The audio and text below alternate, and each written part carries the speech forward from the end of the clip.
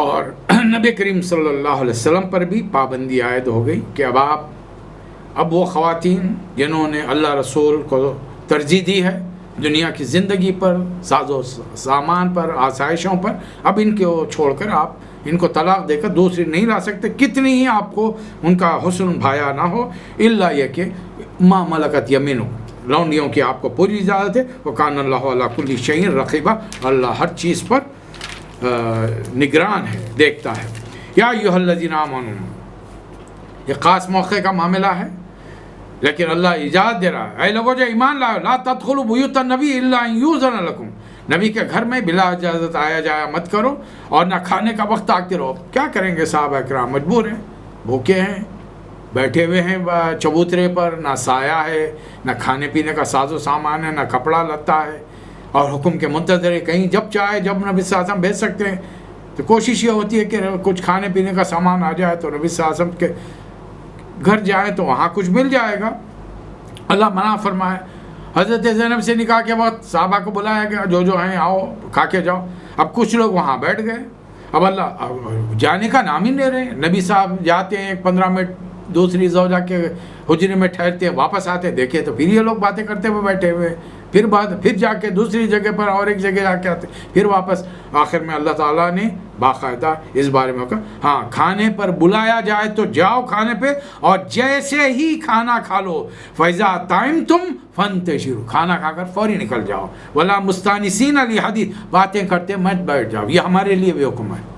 عموماً دوست احباب قریبی رشتہ داروں کے گھر جب شادیاں مختلف تقاریب ہوتی ہیں، کھانا کھا کے لوگ اطمینان سے بیٹھ جاتے ہیں اور فرمائشیں شروع کرتے ہیں، حالانکہ وہ گھر والے صبح سے اپنے گھر کو آراستہ کرنے، پیراستہ کرنے، پکوان کا سامان دیکھنے کرنے، بچوں کو تیار کرنے، خود تیار ہونے، پھر لوگوں کو استقبال کرنا، ان کو ایک ایک چیز کرنا۔ اب جب لوگ جاتے ہیں وہ انتہائی تھک کے چور ہو جاتے ہیں۔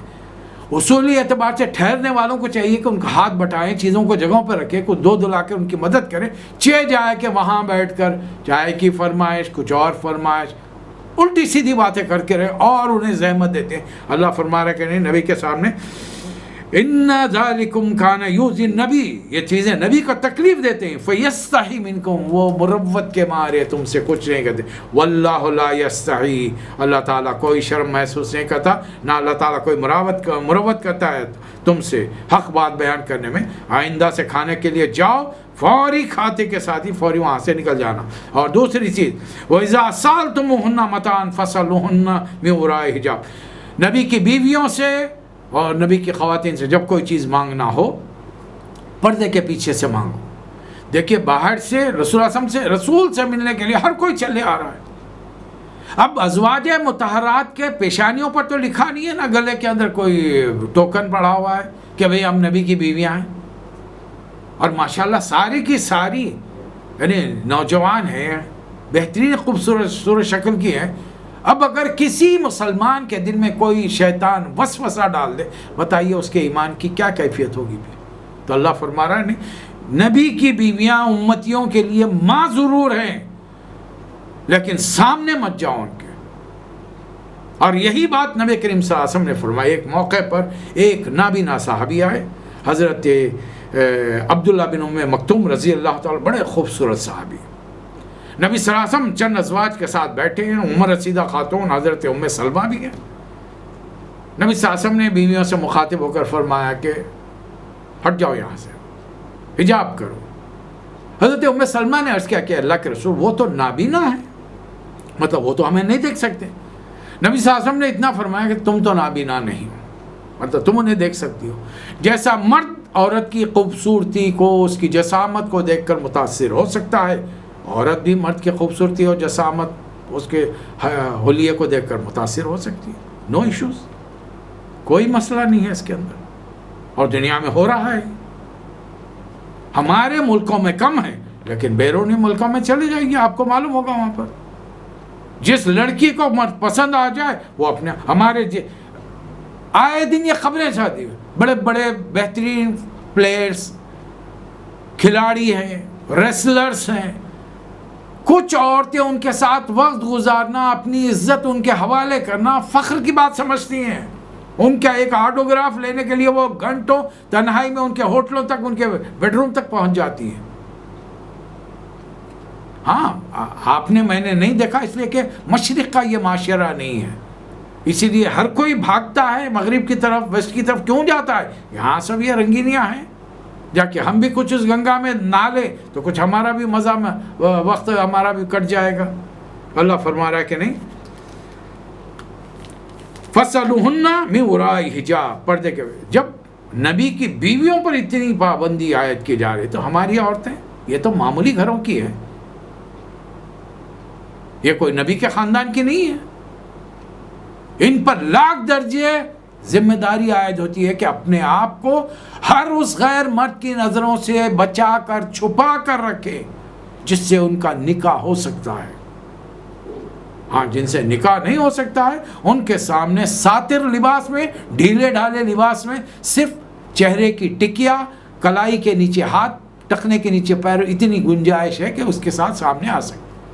ان مردوں کے جن سے نکاح نہیں ہو سکتا اور جن سے نکاح ہو سکتا ہے ان کے سامنے تو چہرہ کھول کے سامنے آنا تو سوال ہی ہے. اس بارے میں علماء کی مختلف رائے ہیں. اب آپ جن کو فالو کرنا چاہے کیجئے، کوئی مسئلہ نہیں اس کے اندر.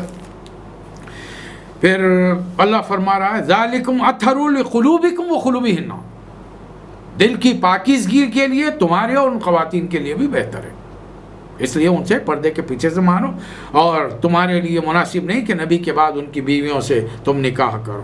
اللہ نے یہ بھی حرمت قائم کر دی. جب ایک بار فرما دیا وَأَزْوَاجُهُ أُمَّهَاتُهُمْ تو ماں سے کون نکاح کرے گا بھائی. لیکن پھر تصدیق کے لیے مزید اس کو زور دینے کے لیے اللہ فرما رہا ہے وَلَا أَن تَنْكِحُوا أَزْوَاجَهُ مِن بَعْدِهِ أَبَدًا.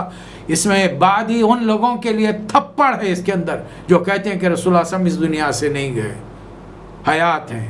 کہ اللہ کیوں فرما رہا ہے ان کے بعد ان کی بیویوں سے نکاح نہیں ہو سکتا؟ کیوں نہیں ہو سکتا؟ کیوں حضرت ابو بکر کے بارے میں، عمر، فاروق، عثمان اور علی رضی اللہ تعالیٰ عنہ کے بارے میں نے کہا یہ بڑی بڑی ہستیاں ہیں، ان کی بیویوں سے نکاح نہیں ہو سکتا؟ کیوں نہیں ہو سکتا بھائی؟ کیوں نہیں ہو سکتا؟ یہ نبی کے بعد ہیں، امتی ہیں یہ، اور نبی کی بیویاں امت کی مائیں ہیں، ان کا نکاح کسی سے نہیں ہو سکتا. اس پر بھی بڑا اعتراض.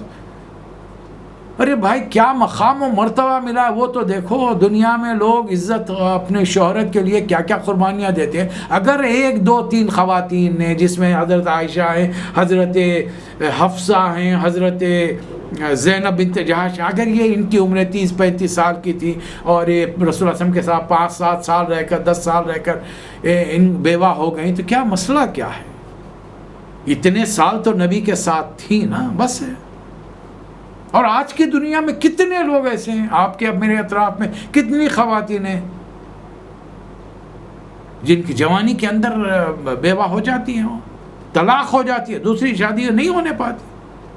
اچھا یہ تو ہمارے ہاں تو پوری اجازت ہے. یہ ہمارے مردوں کی اخلاقی کمزوری ہیں کہ اپنے بے عزتی سمجھتے ہیں اپنی بہن کی، اپنی بیٹی کی دوسری شادی کرانے کو. ارے اس کے باوجود بھی ہم سر اٹھا کے چل سکتے ہیں کہ ارے تم تو لاکھوں عورتوں کو جبر کر کے نن بناتے ہو، عورتیں جبر کر کے اپنے آپ کو نن بناتی ہیں اور ازدواجی تعلقات سے دور رکھتی ہیں. تم ہم اب چھوٹا منہ بڑی بات، تم ہم پہ کیا اعتراض کر رہے ہو؟ ان کا جواب دے سکتے ہیں. پھر اللہ تعالیٰ اتنی باتیں بتا کر نبی کی بیویوں کے بارے میں فرما رہا ہے ان کے لیے کوئی مضائقہ نہیں کہ وہ اچھے کپڑے پہن کر ساتر انداز میں کن کے سامنے آ سکتی ہیں؟ آبائہن، اپنے باپوں کے، اپنے بیٹوں کے، اپنے حقیقی بھائیوں کے، اپنے بیٹوں کے بھائیوں کے، اپنی بہنوں کے بھائیوں کے، اپنی عورتوں کے سامنے، یا غلام جو گھر کے کام کرنے والے ہیں جو عورتوں سے دلچسپی رکھتے ہیں ان سے. اس کے باوجود یہ اللہ تاکید دے رہا ہے نبی کی بیویوں کو وَاتَّقِينَ اللَّهَ، اللہ کی ناراضگی سے بچتے رہو، ذری سی کوئی بات ایسی نہ ہو جائے. اس سے کہ اللہ تعالیٰ ان اللہ علی کل شیء شہید، اتنی چیزیں رسول اللہ صلی اللہ علیہ وسلم کے بارے میں فرما کر اللہ فرما رہا ہے. جانتے ہو نبی کون ہے؟ یا ابھی شعور ہی نہیں ہے نبی کے مقام کا تمہیں؟ ہاں بہت ساروں کو شعور نہیں ہے. میں نے ابھی عرض کیا نا، دو گروپ مسلمانوں میں جو پائے جاتے ہیں، حالانکہ وہ مسلمان ایک تو نہیں ہیں، الحمدللہ ثم الحمدللہ، وہ شخص جیسا بھی تھا لیکن اپنی طاقت اور اپنے حکومت کے بل بنیاد پر اس نے ان کو غیر مسلم قادیانوں کو غیر مسلم قرار دیا، شاید اس بنیاد پر وہ جنت کا مستحق ہو، واللہ اعلم، ہم نہیں جانتے، ہم فتوے نہیں دیتے کسی کے بارے میں، ہم تو ہر مسلمان کے لیے دعا کرتے ہیں اللہ اس کی مغفرت کرے، جنت میں اور جائے گا، ہر مسلمان کلمہ پڑھنے والا جنت میں جائے گا، ہاں یہ اور بات ہے کہ سزا بھگتنے کے بعد جائے گا۔ اب بتائیے، لیکن یہ کہاں جائیں گے جو رسول کا انکار کر رہے ہیں؟ رسول کون ہیں؟ رسول وہ ہے جن پر ان اللہ و ملائکتہ یصلون علی النبی یا ایھا الذین آمنوا صلوا علیہ وسلموا تسلیما اللہم صلی علی محمد وعلی آل محمد کما صلیت علی ابراہیم وعلی آل ابراہیم انک حمید مجید اللہم بارک علی محمد وعلی آل محمد کما بارکت علی ابراہیم وعلی آل ابراہیم انک حمید مجید۔ اللہ اور اس کے فرشتے نبی پر درود بھیجتے ہیں، تو اے ایمان لانے والو تم بھی ان پر درود و سلام بھیجو۔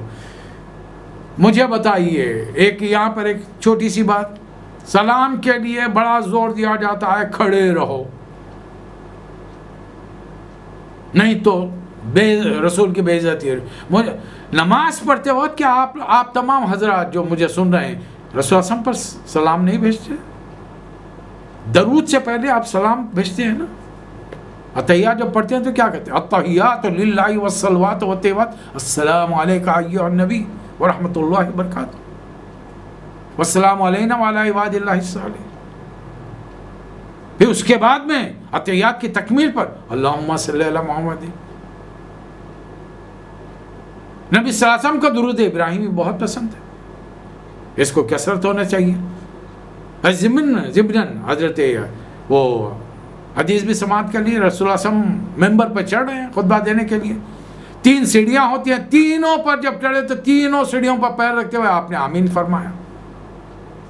خطبہ ختم ہونے کے بعد میں صحابہ نے سوال کیا کہ پہلی مرتبہ ایسا ہوا کہ آپ 3 مرتبہ آپ نے ایک قدم پر آمین کہا؟ فرمایا کہ جبرائیل آئے تھے، 3 دعائیں کی میں نے آمین کہا، اس میں سے ایک دعا یہ تھی کہ جس مسلمان کے سامنے آپ کا نام گرامی لیا جائے اور اگر اس نے آپ پر درود نہ بھیجا تو وہ تباہ و برباد ہو جائے۔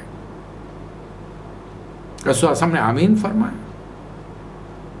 اب اس کا مطلب یہ بھی نہیں ہے کہ تقاریر چل رہی ہوں، خطبے چل رہے ہوں اور سارے مسلمان بیٹھ کے صلی النبی خالی پکارتے رہتے، اس کا مطلب ہے کہ تقاریر مت سنا کیجیے۔ آپ تقاریر کے جب بھی رسول اللہ کا نام آئے گا آپ درود پڑھنے بیٹھ جائیں گے تو آپ تقریر نہیں سن سکے، پھر وہ خواہ کے وہ مقرر کو کیوں زحمت دے رہے ہیں؟ یہاں فقہ کی ضرورت پڑتی ہے ان لوگوں کو جن کے دماغ معوف ہو چکے ہیں، جو فقہ نہیں چاہتے، ان کو سمجھنا چاہیے۔ امام ابو حنیفہ رحمۃ اللہ علیہ کیا فرمایا؟ خطبے کے شروع میں ایک بار یا آخر میں ایک بار پڑھ لیا جائے تو پورا حق ادا ہو جائے گا، ورنہ پھر بڑے بڑے مقرروں کی تقریر تو دری کی دری رہ جائے گی۔ آپ پوری تقریر کے ایک تقریر میں انسان بار بار اللہ کا نام لے گا، اللہ کے رسول کا نام لے گا۔ اب آپ جب اللہ کا نام آئے گا آپ فوری زبان سے نکل گا جل جلالہ و شانہ، اور رسول کا نام آئے گا اللہم صلی علی محمد وعلی آل محمد وبارک وسلم، تو پھر اب تقریر آپ کیا سنیں گے؟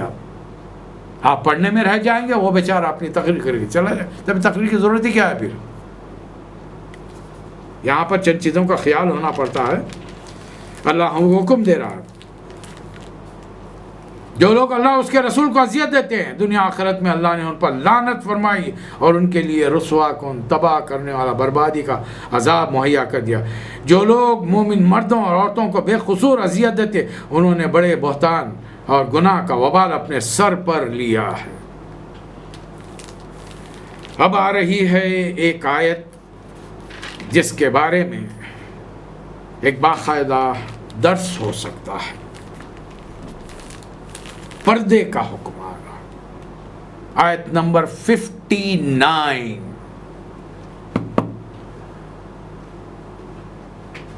ایک کم 60، یہ خواتین کے لیے حکم ہے۔ چلیے مختصراً اس پر بات کرتے ہیں۔ یا ایھا النبی، اے نبی صلی اللہ علیہ وسلم، قل، کہہ دیجئے، کس کو؟ لِأَزْوَاجِكَ، آپ کی بیویوں سے. پھر ان کے منہ پر تھپڑ ہے جو کہتے ہیں کہ رسول کی ایک ہی بیوی تھی. وہ بناتِکَ، اور جو کہتے ہیں کہ رسول کی ایک ہی بیٹی تھی. وہ اللہ کو عربک گرامر سکھا رہے ہیں. زوجک نہیں کہہ سکتا تھا، بنتک نہیں کہہ سکتا تھا اللہ تعالیٰ. ازواج کہہ رہا ہے، بنات کہہ رہا ہے. وہ نساء المومنین. ہم کون ہیں؟ ہم مومن ہیں. تو پھر ہماری گھر کی تمام عورتیں کیا ہوئی؟ نساء نہیں ہوئی؟ ہماری ماں، ہماری بہن، ہماری بیوی، ہماری بیٹی، یہ سب ہمارے مسلمان گھروں کی خواتین ہیں، نساء المومنین نہیں ہیں. ان سب تک کیا حکم دیا گیا؟ یدنین علیہن من جلابیبہن، اپنے چہروں کے آگے گھونگھٹ لٹکا لیا کریں، چادر کے پلو لٹکا لیا کریں. مجھے بتائیے، ابھی وہ حکم نہیں آیا.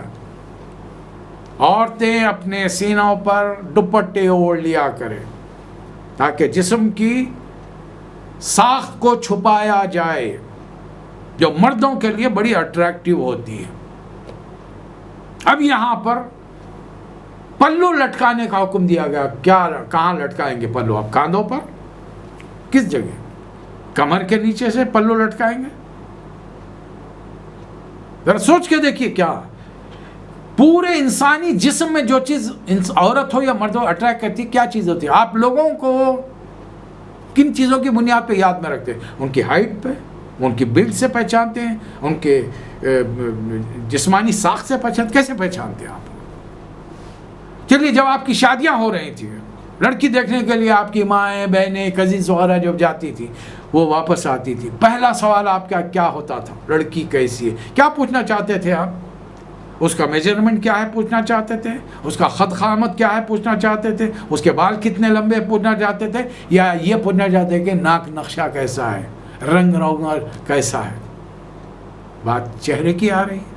جو چہرے کا نقشہ ہوگا وہ ہاتھ پیر کا ہوگا، وہی رنگ ہوگا. جو چہرے کا رنگ گوری ہوگی تو ہاتھ پیر بھی گورے ہوں گے. یہ تو نہیں ہو سکتا کہ سارا جسم کالا ہے، صرف چہرہ گورا تو نہیں ہو سکتا. تو کہاں کیا لٹکا لیا جائے؟ ایک صاحب ایمان لائے نبی صلی اللہ علیہ وسلم کے زمانے میں. انہیں ہم صحابی نہیں کہتے اس لیے کہ یہ مدینہ نہیں پہنچے، دور کے علاقے میں تھے. حضرت عمر کے دور میں واپس آئے. ان سے جب لوگوں نے کہا، ایک بار پوچھا کہ حضرت اس آیت کا ذرا معنی سمجھائے، تو انہوں نے کہا کہ نہیں، پریکٹیکل سمجھاؤں گا. چادر لاؤ. چادر لائے. اس چادر، بڑی سی چادر کو لے کر پورا لپیٹ لیا. ایک آنکھ کھلی رکھی، پوری چادر کو چہرے پر لپیٹ کر ایک آنکھ کھلی رکھی، اور کہا کہ اس آیت کے معنی میں یہ سمجھتا ہوں کہ عورت کی صرف ایک آنکھ دکھنی چاہیے. دو آنکھوں سے ہوگا کیا؟ دو نگاہیں نہ چار ہوں یارب، ہوں رلاتی ہیں عمر بھر آنکھیں، لیے پھرتے ہیں در بدر آنکھیں.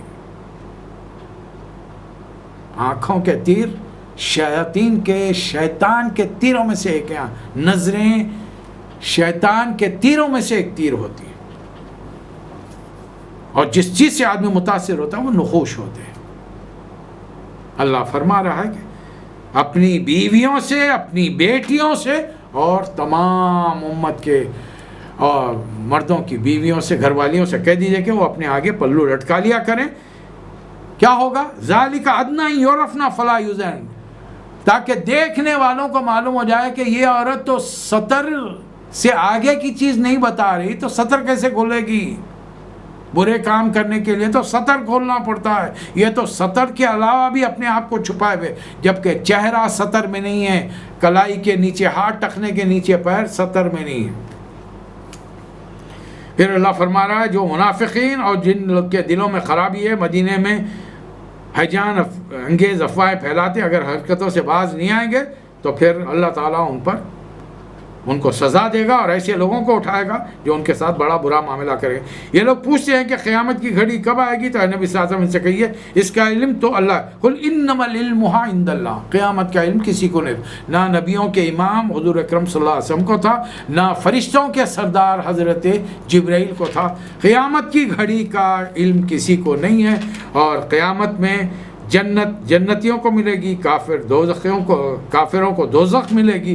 جب وہ دوزخ میں جائیں گے تو کہیں گے کہ کاش ہم نے اللہ اطاعنا اللہ و اطاعنا الرسول، ہم نے اللہ رسول کی اطاعت کی ہوتی، لیکن ہم نے دوسروں کی اطاعت کی۔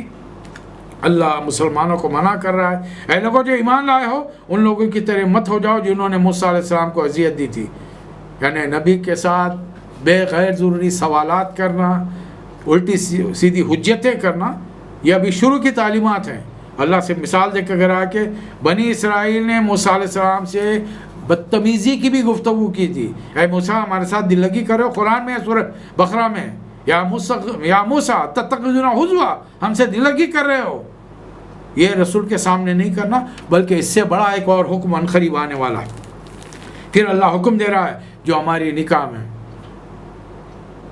ہمارے نکاحوں کے موقع پر یہ آیت پڑھی جاتی ہے، یا ایھا الذین آمنوا اتقوا اللہ وقولوا قولا سدیدا۔ جب بات کرو اللہ کی ناراضگی سے بچو، اور جب بات کرو ٹھیک بات کیا کرو، اللہ تمہارے اعمال درست کرے گا، قصوروں سے درگزر فرمائے گا۔ اللہ رسول کی اطاعت کرتے رہو، جس نے اطاعت کی اس نے بڑی کامیابی حاصل کی۔ اب یہاں پر آخری آیت میں وہ بات بتائی جا رہی ہے کہ اللہ نے زمین و آسمان کی امانت کو پیش کیا تھا، علی السماوات والارض والجبال فابین ان یحملنها واشفقن منها وحملها الانسان۔ ساری مخلوقات کھڑی تھی، اللہ عرش پر ہے، تمام مخلوقات کو جمع کر کے اللہ نے آفر کیا ہے بھائی کوئی جا کر میرا ایک کام کرے، مجھے دیکھے بغیر میری تعلیمات پر عمل کرے اور ایک بہترین زندگانی کا نظام پیش کرے۔ ساری مخلوقات ڈر گئیں سوائے حضرت آدم علیہ السلام کے، آگے بڑھے، حملہ الانسان، آدم علیہ السلام نے ذمہ داری قبول کی۔ اس وقت ان کی کیفیت یہ تھی، انہ کان ظلوما جہولا، علم نہیں تھا ان کے پاس، اندھیرے میں تھے، تاریکی میں تھے، لا علمی میں تھے۔ ایسے موقع پر اللہ فرما رہا ہے اب علم آ گیا ہے، آدم کے بعد ہم نے 1,24,000 پیغمبروں کو بھیجا ہے، اب ان کی باتوں پر جو ایمان لا کر بھی منافقت کرتے ہیں ان کو، اور جو شرک کرتے ہیں ان کو، ان تمام لوگوں کو میں جہنم میں ڈالوں گا۔ اس لِيُعَذِّبَ اللَّهُ الْمُنَافِقِينَ وَالْمُنَافِقَاتِ وَالْمُشْرِكِينَ وَالْمُشْرِكَاتِ، تاکہ اللہ تعالیٰ منافق مردوں اور عورتوں، مشرک مردوں اور عورتوں کو سزا دے۔ وَيَتُوبَ اللَّهُ عَلَى الْمُؤْمِنِينَ وَالْمُؤْمِنَاتِ، اور مومن مردوں اور عورتوں کی توبہ قبول کرے، جب بھی ان سے غلطیاں ہوں اللہ سے رجوع کر کے معافی مانگ کر صدقہ و خیرات کرنا چاہیے، اضافی نماز پڑھنی چاہیے، پھر ان گناہوں سے توبہ کرنی چاہیے، دوبارہ نہ کرنا چاہیے۔ تو وہ لوگ اللہ کو کیسا پائیں گے؟ وَكَانَ اللَّهُ غَفُورًا رَحِيمًا، تو وہ اللہ کو درگزر کرنے والا اور بڑا رحم فرمانے والا پائیں گے۔ تو یہ ایک مختصر خلاصہ تھا سورۃ الاحزاب کا۔ اب بتائیے سیرت کیا ہے؟ احکامات زندگی ہیں، ہماری شادیاں ہوتی ہیں، ہمارے بیاہ ہوتے ہیں، ہمارے طلاقیں ہوتی ہیں، ہمارے درمیان جھگڑے ہوتے ہیں، ہماری عورتیں آج کل بن سنور کر باہر جاتی ہیں، کیا کیا فساد ہے۔ ایک ایک بات پر اللہ کے حکم پر اللہ کے نبی نے، ان کے ازواج مطہرات نے، بناتے رسول نے اور اس دور کے صحابہ اکرام کی گھر والیوں نے عمل کر کے بتایا۔ یہ ہے سیرت قرآن۔ نبی کریم صلی اللہ علیہ وسلم نے بتایا، اللہ کے حکم کو پریکٹیکلی عمل کرا، خود کیا، اپنے گھر والوں کو کرایا، اور 1,00,000 سے زیادہ صحابہ اکرام نے حج کے موقع پر سنا، اور یہ تمام تعلیمات آج 1400 سال بعد ہم تک پہنچ چکی ہیں۔ ان تمام چیزوں کو چھوڑ کر ہم نے دین، نماز، روزہ، حج، زکوٰۃ، 4 عبادات کو سمجھ لیا، اور یہ سمجھ لیا کہ کلمہ گو ہیں، مسلمان کے گھر پیدا ہوئے، اور زیادہ بات ہو گئی تو نکاح اسلامی طریقے سے کریں گے، موت مٹی اسلامی طریقے سے ہوگی، پیدائش پہ کچھ رسم کر لیں گے۔ نہیں، ساری زندگی میں جو کام کریں گے اس کے لیے دیکھنا پڑے گا قرآن کی طرف، دیکھنا پڑے گا رسول اللہ اور صحابہ اکرام کی حیات مبارکہ کی طرف کہ رسول اللہ نے صحابہ کو کیا سکھایا۔ ہمیں ان سے کوئی مستند روایت ملتی ہے تو اس پر عمل کیجئے انشاءاللہ تعالی۔ اللہ تعالی مجھے اور آپ کو توفیق عطا فرمائے۔ وآخر الدعوانا ان الحمد للہ رب العالمین۔